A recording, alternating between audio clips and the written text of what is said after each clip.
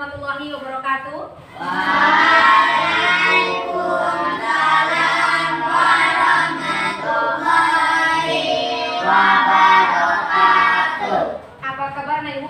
Soleh dan soleha pada pagi hari ini? Alhamdulillah, luar biasa. Alhamdulillah anak Ibu sehat semua pada hari ini? Sehat, alhamdulillah. Pada pagi hari yang cerah ini kembali kita bersyukur kepada Allah atas segala nikmat yang diberikannya kepada kita.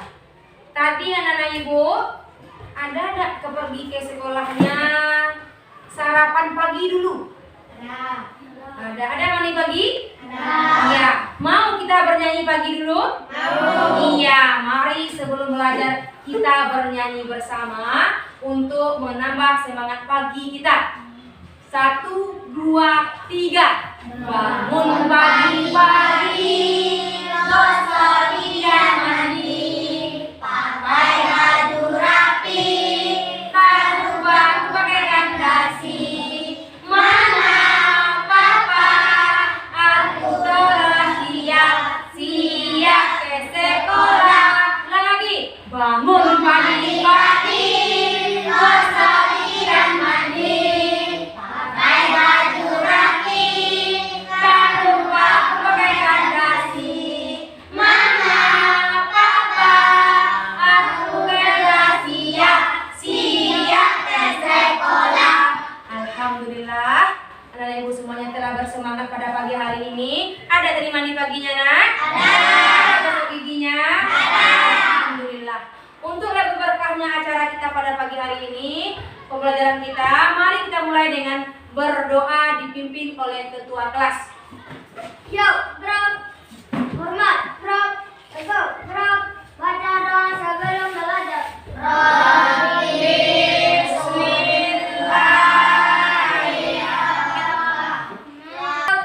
Hormat, bro. Let's go, bro. Baca doa sebelum belajar.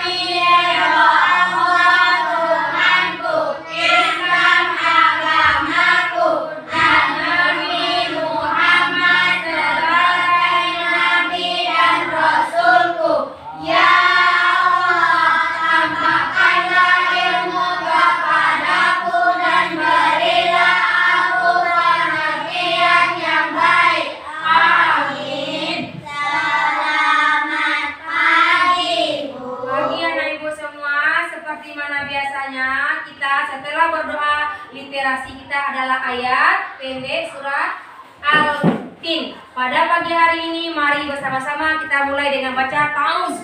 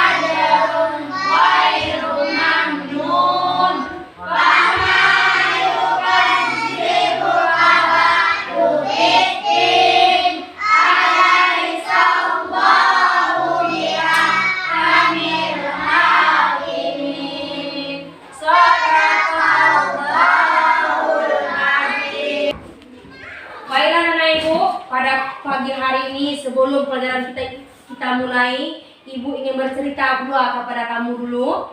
Cerita Ibu pada pagi hari ini sebagai motivasi bagi kita bersama. Yang pertama, cerita Ibu mau kamu mendengarkannya? Mau. Baiklah, cerita Ibu singkat saja, tapi banyak hikmahnya bagi kamu yang mengerti dan memahami cerita Ibu nanti. Pada suatu ketika, datanglah seorang ustadz yang diundang oleh sebuah keluarga. Keluarga tersebut keluarga berada kaya raya. Mereka menjadikan seorang ustadz ini sebagai ustadz keluarga mereka karena sudah mereka anggap sebagai keluarga. Ada acara keluarga, diundanglah ustadz ini datang. Maka ustadz ini datang karena mereka keluarga kaya raya. Mereka menyediakan amplop untuk ustadz tersebut, tapi belum diberikan kepada ustadz tersebut. Berjumlah 5 juta rupiah. Baru jumlah petinya? Jumlahnya 5 juta rupiah. Mereka taruh di atas meja makan. Di mana letakkan? Di atas meja makan diletakkan. Tahu-tahu setelah pengajian selesai, ustadz tersebut mau makan. Ustadz melihat sebuah amplop yang berisi uang di atas meja, yang di atas mejanya penuh dengan sambal, kuah gulai atau makanan. Nanti ustadz ini mengambil amplop tersebut. Kemudian amplop tersebut dia letakkan pada tempat tertentu oleh si ustadz. Setelah acara selesai, ustadz ini pulang. Tapi keluarganya kehilangan uang. Adakah orang yang masuk selain ustadz tadi?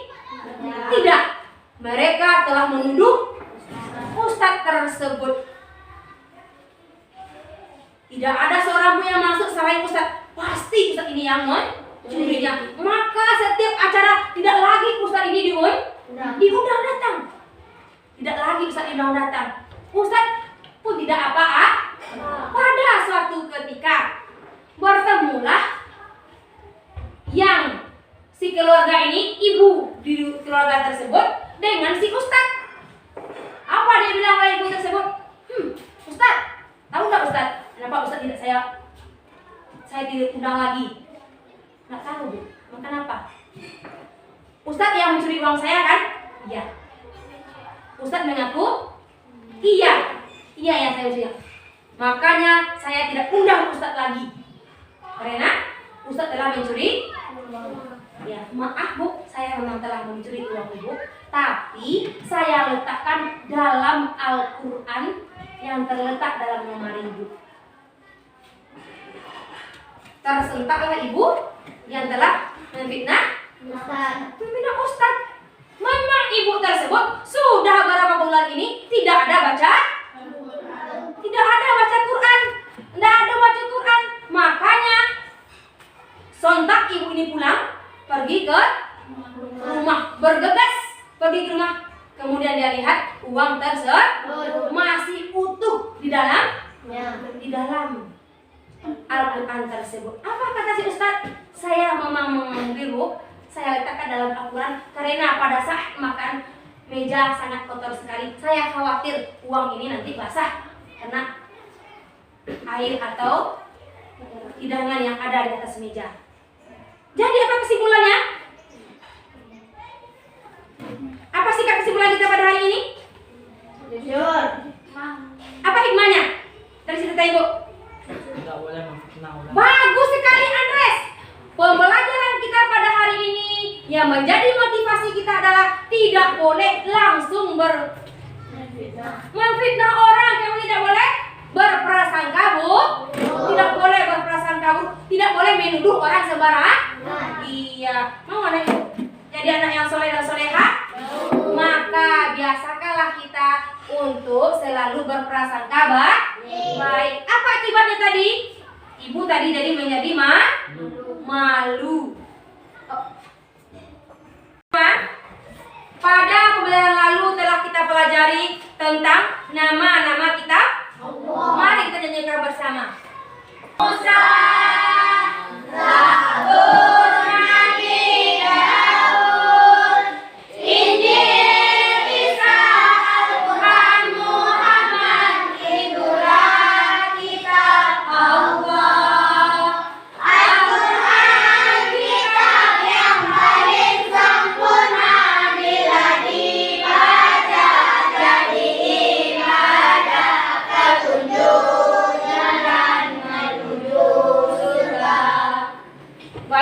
Ibu. Yang pertama kali turun adalah kitab Zabur. Taurat. Betul. Tepuk tangan untuk Fatir. Kitab yang keempat adalah Sarul. Al-Quran. Bagus.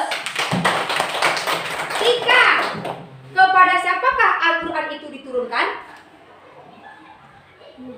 Nabi Muhammad SAW. Berarti anak ibu masih ingat pelajaran kita yang telah lalu. Kemudian siapa yang ingat nama lain pada Al-Quran? Nindi Ramadhani. Nama lain Al-Quran. Artinya bagus sekali. Handika. Alkitab. Artinya Tulisan. bagus. Lanjut, siapa yang masih ingat lagi? Isi pokok kandungan Al-Quran. Fatir. Nah, isi pokok kandungan Al-Quran. Untuk obat. Chelsea. Obat. Isi pokok. Saya masih ingat tentang isi pokok kandungan Al-Quran. Nih Chelsea. Akidah. Akidah. Meli. Hukum. Nindi. Ibadah. Ibadah. Akhlak. Akhlak sudah tadi. Apa lagi? Ibadah.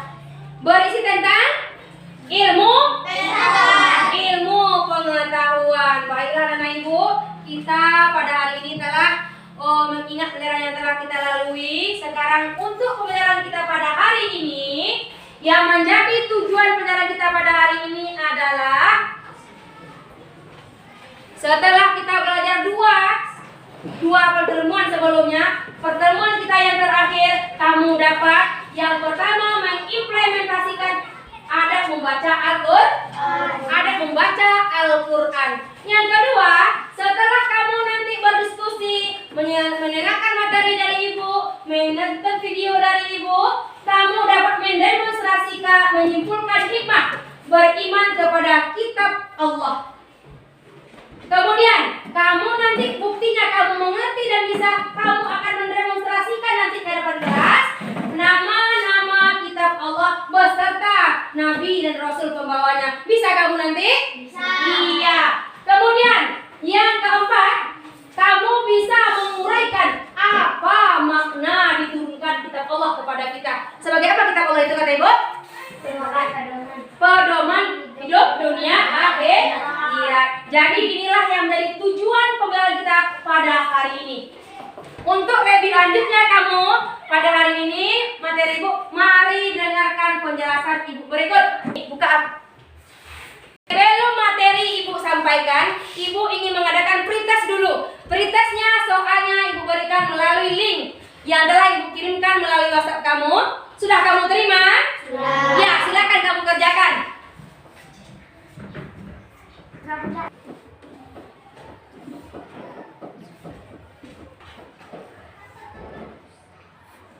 Di Zoom kau ini saya.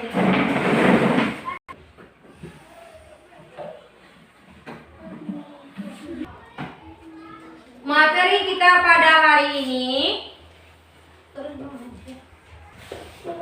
setelah kita mengerjakan kuis tadi, kamu bagaimana perasaan kamu? Bahagia? Bahagia. Senang? Senang. Iya, senang kita belajar menggunakan media teknologi yang canggih. Pada materi pada pagi hari ini adalah kita mempelajari tentang adab membaca Al-Quran. Pernah kamu baca Al-Quran? Nah. Apa yang kamu lakukan sebelum baca Al-Quran? Bismillah. Satu, Chelsea. Baca bismillah. Baca bismillah. Berwudu. Taus. Apa lagi? Ada lagi? Bagus, berpakaian yang bagus, yang rapi. Kenapa itu harus kita lakukan? Apa tahu? Mengapa kok harus seperti itu kita? Bagus Aurel, karena Al-Quran adalah kitab yang suci. Apa lagi? Kenapa kita diharuskan membaca Al-Quran? Kita harus dulu berwudu, harus pula kita dulu berpakaian rapi. rapi. Kenapa? Ada ibu yang mau tahu? Ya, mari kita simak penjelasan ibu berikut.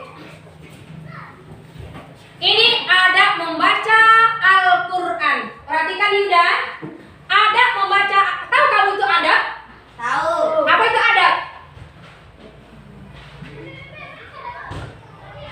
Adab arti ada. Ada apa aja kamu yang tahu? Apa lagi? Ada beruduk. Ada berdoa apa lagi? Ada sholat. Ada sholat apa lagi? Yang sering kita gunakan sehari-hari. Ada makan. Bagus. Adab makan. Apa artinya adab makan tersebut?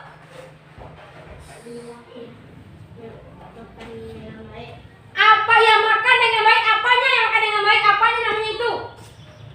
Adab itu apa artinya? Cara. Bagus Chelsea. Tata cara makan yang baik. Yang baik. Tadi bagaimana cara makan yang baik kita? Makan dengan tangan, mencuci tangan sebelum makan, membaca basmalah. Iya, dengan makan saja kita ada adab, ada tata cara, ada akhlak kita diatur dalam agama kita. Apalagi membaca Al-Quran. Al-Quran ini apa artinya ini? Petunjuk, pedoman hidup dunia dan akhirat. Al-Quran adalah petunjuk hidup kita. Makanya kita dalam membaca Al-Quran mempunyai adab supaya apa, Nana Ibu? Supaya apa? Pahala membaca Al-Quran. Iya, apa yang harus kita lakukan? Yang pertama adalah jadi makan, minum, semuanya kita punya adab. Apalagi membaca Al-Quran. Membaca Al-Quran, kitab yang mulia yang diberikan Allah kepada Nabi Muhammad, tunjuk bagi umat Islam kita semua. Semoga menuju surganya Allah. Apa adabnya, Ibu? Satu, betul yang dikatakan oleh Allah tadi, sebelum kita membaca Al-Quran maka kita harus suci badan, tempat, pakaian dari hadas dan najis. Lah tahu hadas dan najis itu apa? Allah jika sampai labar aja tentang hadas dan najis. Untuk apa kita guna berwudu? Menghilangkan hadas kecil. Kemudian lagi berwudu. Kemudian menghadap kiblat. Iya. Kita menghadap kiblat. Tidak hanya salat saja kita menghadap kiblat, membaca Al-Quran pun kita harus menghadap kiblat. Kemudian apa yang kita lakukan? Tadi pagi-pagi kamu apa? Sekolah dulu? Gosok gigi. Untuk apa? Supaya bersih datang ke sekolah. Membaca Al-Quran juga kita harus menggosok gigi. Iya, supaya bacaan kita bersih. Yang kita baca adalah ayat-ayat suci. Ayat yang suci. Tentu mulut kita harus suci dari kotoran. Kemudian membaca ta'awuz. Apa itu ta'awuz? A'udzubillahi minasyaitonirrajim. Bismillahirrahmanirrahim. Makanya dan membaca basmalah. Semoga Allah memberkahi kita. Apalagi? Ada baca Quran? Boleh baca Quran sambil berlari? Tidak boleh sambil bergurau? Tidak. Maka baca Quran, carilah tempat yang bersih, duduklah dengan rapi. Setelah membaca Quran, apa kita lakukan lagi? Membaca tasbih. Apa itu? Sadaqallahul azim. Maha benar Allah dengan segala firman-Nya. Inilah yang menjadi pembelajaran kita pada hari ini. Kamu harus nanti bisa mengimplementasikan dalam kehidupan sehari-hari. Bisa kamu implementasikan sehari-hari. Nanti sekali kamu MDA, kamu udah tahu. Kata ibu guru tadi, kata ibu agama tadi, kita sebelum membaca Quran harus berwudu dulu. Maka segeralah berwudu. Mau kamu mempraktekkan dalam kehidupan kita? Mau. Tata cara ini? Mau. Tata cara baca Al-Quran ini sangat penting sekali supaya kita dapat membaca. pahala dari yang kita baca. Ibu ulangi lagi, Ihsan. Ada baca Quran yang pertama. Apa? Andres. Ada baca Quran yang pertama. Suci. Dika. Berwudu lebih dahulu. Berwudu terlebih dahulu. Bagus, Dika. Yuda. Menghadap kiblat, Chelsea. Membersihkan mulut. Nindi, Eka Putri. Membaca ta'awuz. Feli. Berpakaian bersih. Fatir. Membaca dengan tartil. Membaca dengan tartil. Apa itu tartil? Dengan suara yang pelan dan lembut. Tepu anak soleh. Aku anak soleh. Rajin sholat, rajin mengaji. Orang tua dihormati. Kita Islam sampai mati. La ilaha illallah Muhammadar Rasulullah. Allahu Akbar. Pembelajaran sebelumnya kita mengetahui nama-nama lain Al-Quran. Ada kemarin namanya adalah Al-Huda sebagai petunjuk. Ada namanya As-Sifah, artinya obat. Kemudian ada aja Al-Zikir, pengingat. Pada pembelajaran hari ini kita mengambil pelajaran temanya adalah hikmah beriman kepada kitab Allah. Setelah Al-Quran kita pelajari, setelah kita membacanya, mengamalkannya, jadi apa hikmahnya kita beriman kepada kitab Allah ini? Yang pertama, Mendapat petunjuk. iya, kita mendapat petunjuk dari Allah. Kalau Al-Quran itu kita baca dan kita paham, kalau Al-Quran tidak pernah kita baca, tidak pula kita pelajari, apakah kita mendapat petunjuk dari Allah? Tidak. Maka marilah kita bersama-sama pergi belajar mengaji, belajar MDA, dan belajar dimanapun kita berada untuk belajar agama. Yang kedua, orang yang beriman kepada kitab Allah akan mendapatkan balasan dari Allah berupa pahala. Lemon yang kuda palo dari Allah. Iya, tentu harus membaca Al-Quran dan mengamalkan Al-Quran. Akan mendapatkan kebahagiaan dan keselamatan dunia akhir. Inilah yang menjadi tujuan pembelajaran kita, supaya kita dapat mengamalkan Al-Quran sebagai pedoman hidup kita dunia dan akhirat. Lanjut. Hikmah beriman kepada Alkitab Allah adalah memberikan kemantapan dalam menjalani keislaman. Jadi semakin kuat keyakinan kita kepada Allah. Kemudian lagi, dapat terlepas dari kesesatan. Iya. Karena dalam Al-Quran telah dijelaskan bagaimana petunjuk hidup menuju surga. Ini diceritakan dalam Al-Quran.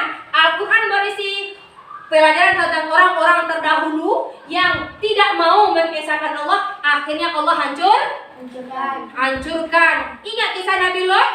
Ingat. Firaun?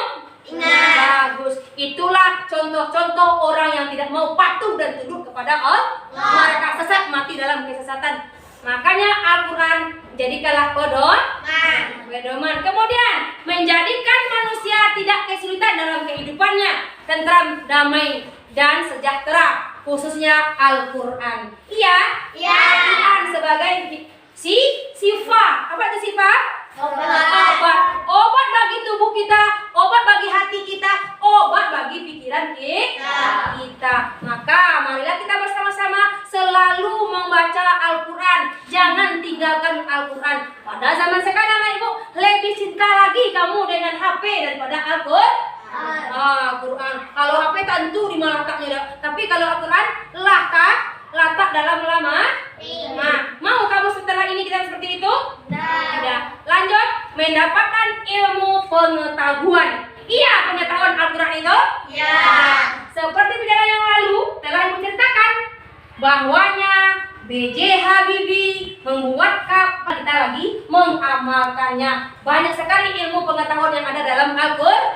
Allah telah bersumpah demi alam ini. Baik anak ibu, mau kita selalu mengamalkan Al-Quran? Supaya kita dapat hikmah kepada kitab Allah selamat dunia dan akhir. Iya. Satu kali takbir. Menjadi pada pagi hari ini, setelah materi ibu sampaikan kepada kamu, silakan kamu lagi bekerja kelompok untuk mendiskusikan, merangkai cerita, ada membaca Al-Quran. Nampak gambar ibu di depan?